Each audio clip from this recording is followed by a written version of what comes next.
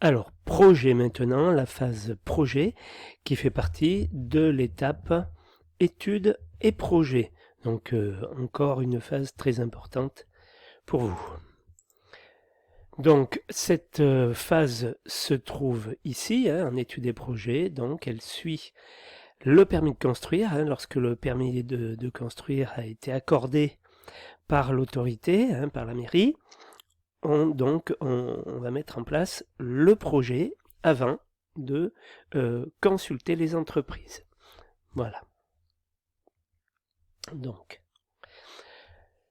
à partir de l'interprétation des données recueillies lors des phases précédentes et sur les bases de l'avant-projet, le projet doit définir les principes de construction, structures et fondations, les dispositions et principes d'équipement, la nature et la qualité des matériaux et des prestations envisagées, ainsi que les modalités opérationnelles et les délais d'exécution.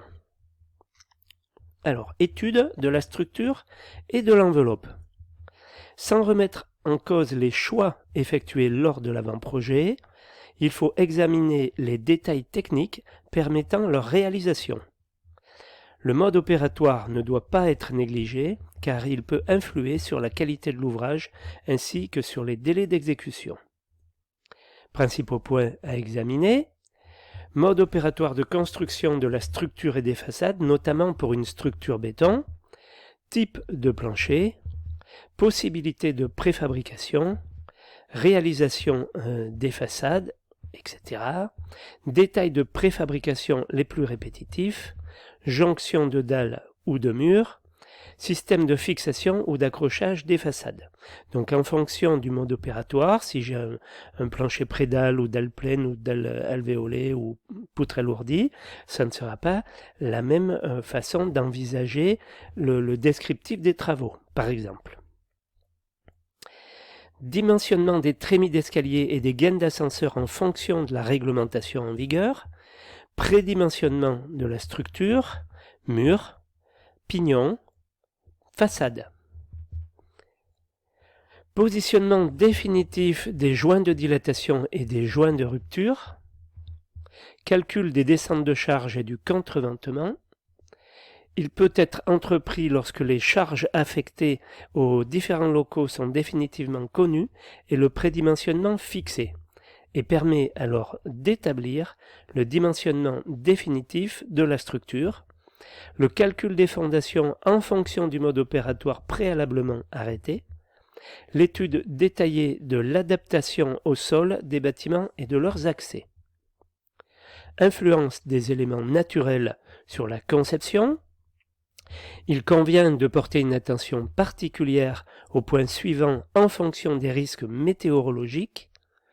Pluie, infiltration en façade, condensation intérieure en façade, matériaux en façade.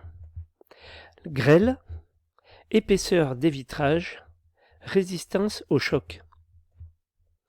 Neige, fuite en toiture, surcharge en terrasse ou en toiture, évacuation de l'eau de fonte des neiges. Vent, contreventement général du bâtiment, chauffage et ventilation mécanique, projection de sable sur les façades et les menuiseries extérieures, en bord de mer en particulier, étanchéité des menuiseries. Il faudra faire attention à tout ça. Humidité de l'air, condensation intérieure, oxydation des menuiseries extérieures et des serrureries, température extérieure, chauffage et ventilation mécanique, choix des revêtements de façade, fissuration, décollage, joints de dilatation et joints de rupture. Rayonnement solaire, orientation des bâtiments, dimension des ouvertures, chauffage et ventilation mécanique, risque sismique, chaînage et contreventement supplémentaires à prévoir, augmentation importante des quantités d'acier dans le béton armé, risque de foudre, évacuation des courants de fuite à la terre, protection des équipements sensibles.